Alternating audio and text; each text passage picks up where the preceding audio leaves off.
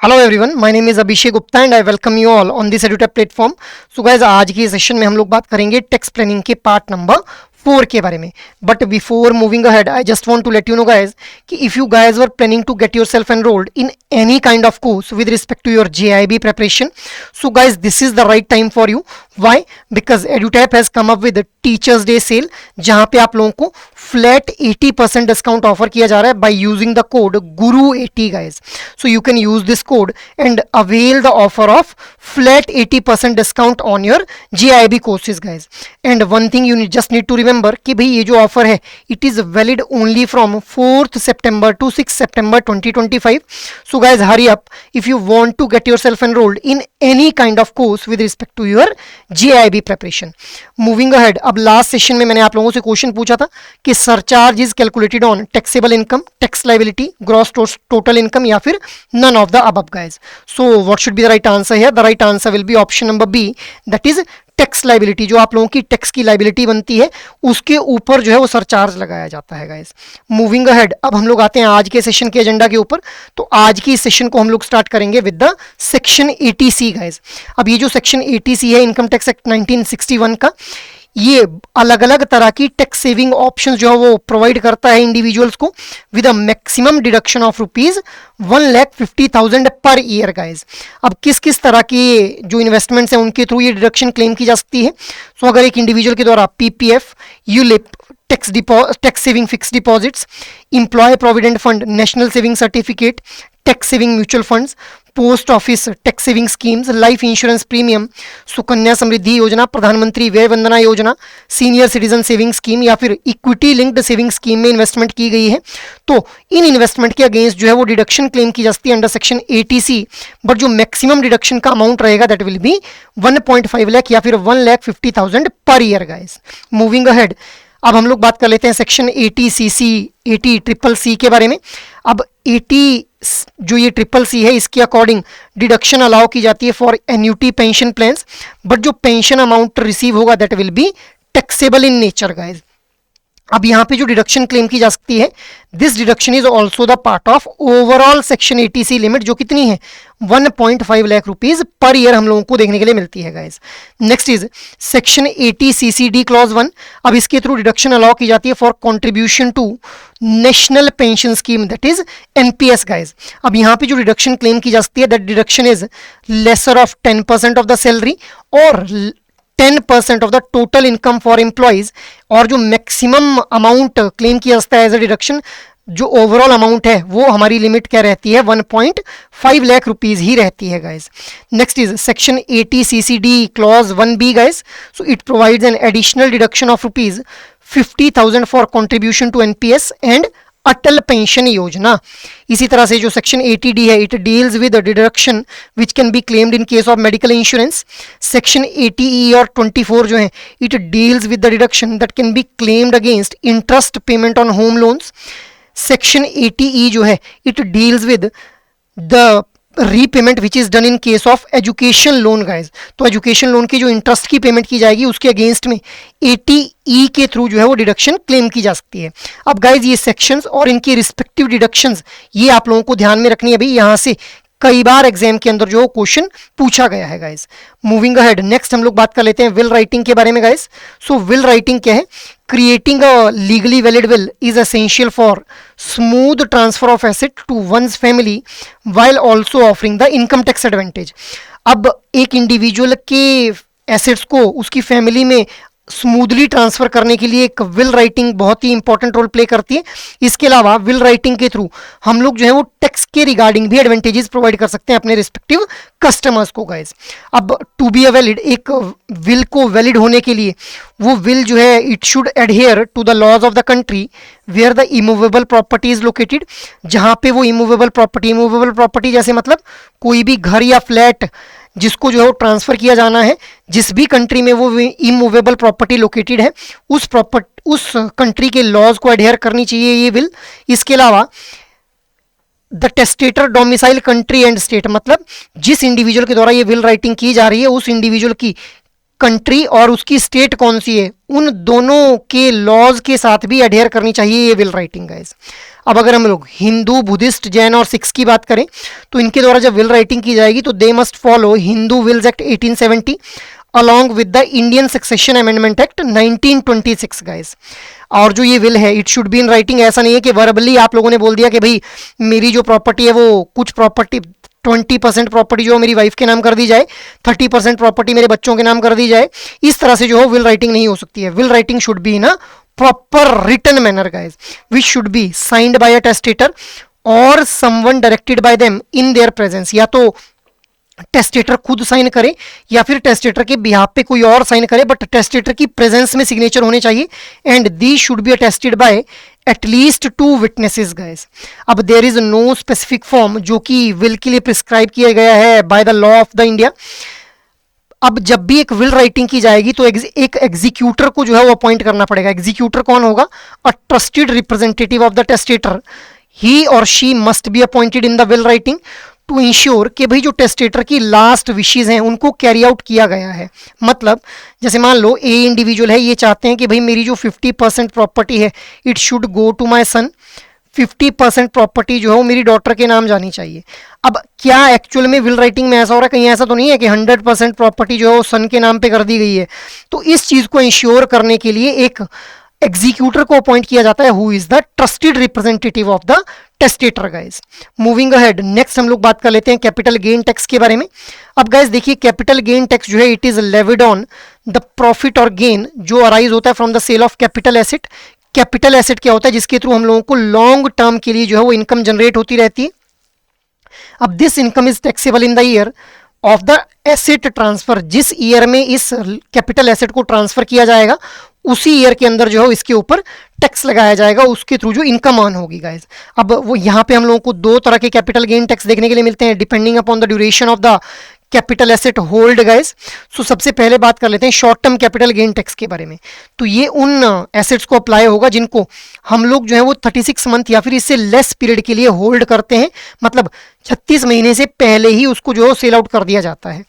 अब ये जो पीरियड है ये वेरी करेगा इन case of immovable property. Immovable property जैसे फ्लैट या फिर पीस ऑफ लैंड है, उस केस में हम लोग देख पाते हैं कि भाई अगर 24 मंथ से पहले ही उसको सेल आउट कर दिया जाता है फ्लैट या फिर लैंड को, तो हम लोग उसके थ्रू जो इनकम अर्न होगी उसको बोलेंगे शॉर्ट टर्म कैपिटल गेन, और उसके ऊपर जो टैक्स लगाया जाएगा उसको बोलेंगे short term capital gain tax guys.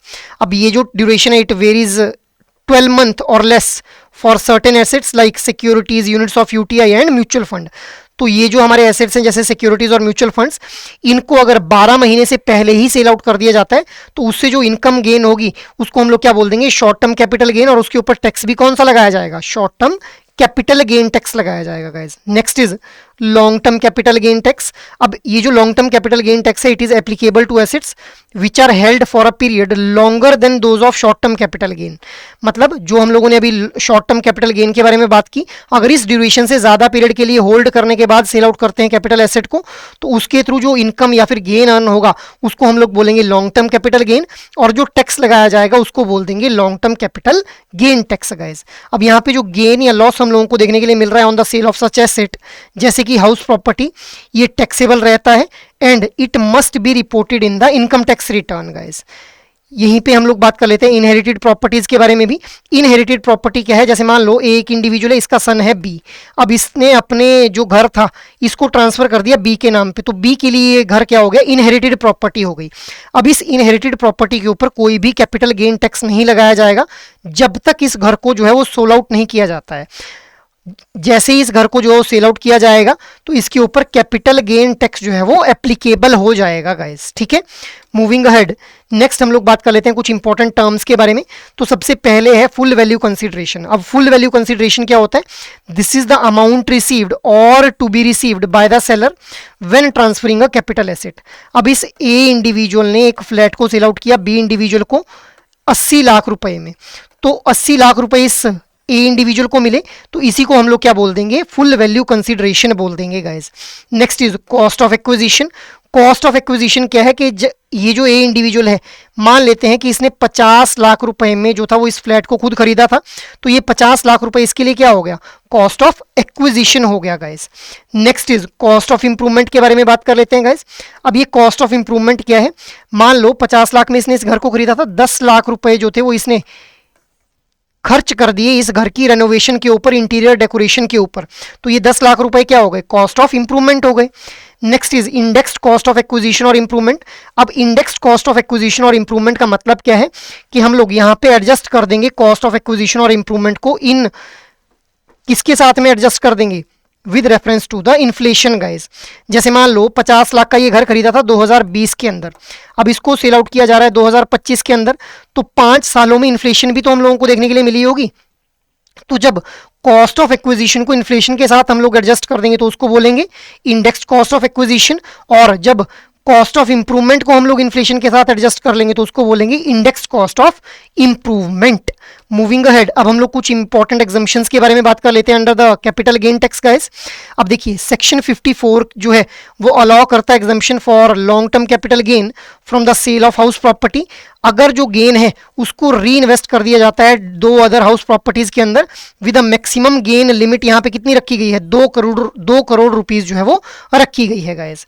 इसी तरह से सेक्शन 54F जो है it provides an exemption for capital gain from the sale of long term asset excluding home house property. अब यहाँ पे लॉन्ग टर्म कैपिटल एसेट को सेल आउट करने से जो हम लोगों को इनकम होगी उसके ऊपर एग्जम्पशन क्लेम की जा सकती है अंडर सेक्शन 54F, बट यहाँ पे हाउस प्रॉपर्टी को जो है वो एक्सक्लूड कर दिया जाएगा लॉन्ग टर्म एसेट की कैटेगरी से। अब कैसे एग्जम्पशन क्लेम की जाएगी, the entire sale amount must be invested to buy a new residential property which can be done 1 year before और 2 year after the sale or through construction within 3 years guys. So this is how exemption can be claimed under section 54F. Next is section 54EC guys. अब section 54EC के according exemption grant की जाती है when capital gain from the property sales are reinvested in a specific bond up to ₹50 lakh.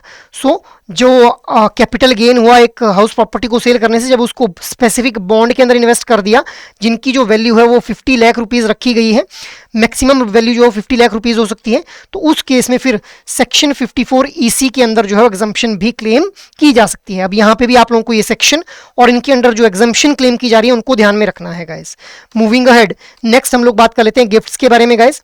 सो अलग अलग तरह की gifts हम लोगों को देखने के लिए मिलते हैं for the purpose of taxation. सबसे पहले बात कर लेते हैं मॉनेटरी गिफ्ट के बारे में। अब गाइस देखिए मॉनेटरी गिफ्ट जो है ये क्या है, any sum of money which is received without consideration.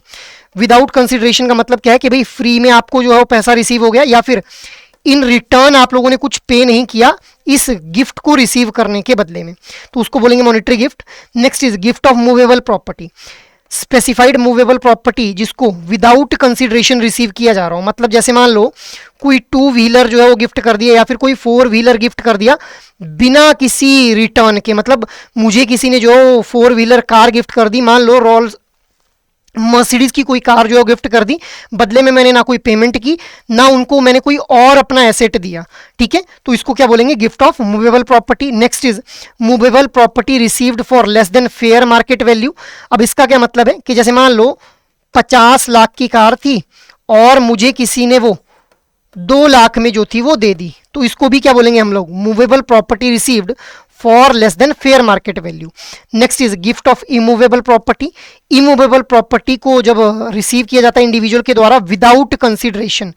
Without consideration का मतलब क्या है कि भाई हम लोग जो है वो क्या करेंगे, यहाँ पे इमूवेबल प्रॉपर्टी रिसीव होगी, जैसे मान लो कोई पीस ऑफ लैंड है या फिर कोई फ्लैट है, वो बिना किसी पेमेंट के आप लोगों को रिसीव हो रहा है, बिना आपने उसके बदले में कोई पेमेंट नहीं की, ना ही उसके बदले में कोई और एसेट दिया, तो उसको क्या बोलेंगे, gift of immovable property guys. Next is immovable property received for less than stamp duty value.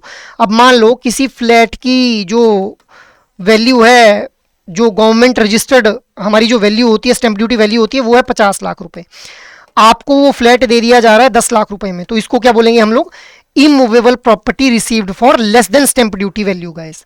Next is, ये 5 तरह के गिफ्ट्स हम लोगों ने देखे। अब मॉनेटरी गिफ्ट्स के केस में हम लोग देखते हैं कि टैक्सेशन कब अप्लाई होगी, जब जो सम ऑफ मनी है it is received without consideration and the aggregate value of such money received during the year exceeds 50,000, तो 50,000 से ज्यादा का जब मॉनिटरी गिफ्ट आपको विदाउट कंसिडरेशन रिसीव होगा एक साल के अंदर, तो उस केस में उस गिफ्ट के ऊपर फिर टैक्सेस लगा दिए जाएंगे guys. So now there is a question for you guys. Gift is taxable if the aggregate value exceeds 40,000, 50,000, 1 lakh या फिर none of the above guys. So try to answer out this question in your comment box guys. Apart from this, अगर आप लोग किसी भी examination के बारे में जो है वो सर्च कर रहे हैं कि भाई हम लोगों को जो है वो अपनी जीआईबी एग्जामिनेशन में किस तरह से जो है वो हम लोग एक्सेस कर सकते हैं या फिर एक्सेल कर पाते हैं, तो आप लोग एडुटैप की वेबसाइट को जो है वो विजिट कर सकते हैं गाइस, जहां पे आप लोगों को कोर्सेज नाम का टैब देखने के लिए मिलेगा. कोर्सेज नाम के टैब के ऊपर जाते ही जीआईबी कोर्सेज आप लोगों को देखने के लिए मिल जाएगा. जैसे ही आप लोग स्क्रॉल डाउन करेंगे तो यहाँ पे आप लोगों को जीआईबी का कंप्लीट मास्टर कोर्स देखने के लिए मिलेगा, जिसके अंदर आप लोगों को IND-IFS, PPB, RBWM और AFM चारों कंपोनेंट्स के लिए लाइव क्लासेस, कंसेप्ट नोट्स और मॉक टेस्ट प्रोवाइड करवाए जाएंगे. So guys you can have a look on this master course अगर आप लोग एक कॉम्प्रिहेंसिव प्रेपरेशन करना चाहते हैं. अपार्ट फ्रॉम दिस, अगर आप लोग चाहते हैं कि भाई आप लोगों ने खुद को सिंगल कंपोनेंट के लिए मास्टर कोर्स में एनरोल करवाना है, तो you just need to click on this single option, जहां से आप लोगों को IND-IFS, PPB, RBWM और AFM चारों कंपोनेंट्स के लिए इंडिविजुअल मास्टर कोर्सेज देखने के लिए मिल जाएंगे गाइज. तो ये तो हो गई मास्टर कोर्सेज के बारे में बात. बट अगर आप लोगों के पास टाइम का क्रंच है तो आप लोग जो लाइव क्रैश कोर्सेज को भी रेफर कर सकते हैं अपनी इस प्रिपरेशन के लिए, जहां पे आप लोगों को चारों कंपोनेंट्स के live classes, concept notes, solved previous year questions, chapter wise mock test और फुल लेंथ मॉक टेस्ट जो है वो प्रोवाइड किए जाएंगे guys. So you can have a look on these particular courses guys, and in the end I again want to remind you guys कि अगर आप लोग इनमें से किसी भी कोर्स में खुद को एनरोल करना चाहते हैं, so guys this is the right time for you. You just need to use this code GURU80 और आप लोगों को फ्लैट 80% का जो डिस्काउंट है वो ऑफर कर दिया जाएगा. एंड इन द एंड आप लोगों को ये भी चीज ध्यान में रखनी कि भाई ये जो ऑफर है it is only valid till 6 September 2025 guys. So you can have a look on these courses guys अगर आप लोग किसी भी तरह की गाइडेंस चाहते हैं. So that is all from my side for this particular session guys. I hope ये सेशन आप लोगों को अच्छे लग रहे हैं. अगर एक्चुअल में ये सेशन आप लोगों को पसंद आ रहे हैं तो इन सेशंस को लाइक, शेयर और सब्सक्राइब कर लें. और अगर आप लोगों की कोई भी क्वेरी हो तो आप लोग मेल कर सकते हैं hello@edutap.co.in के ऊपर. जय हिंद.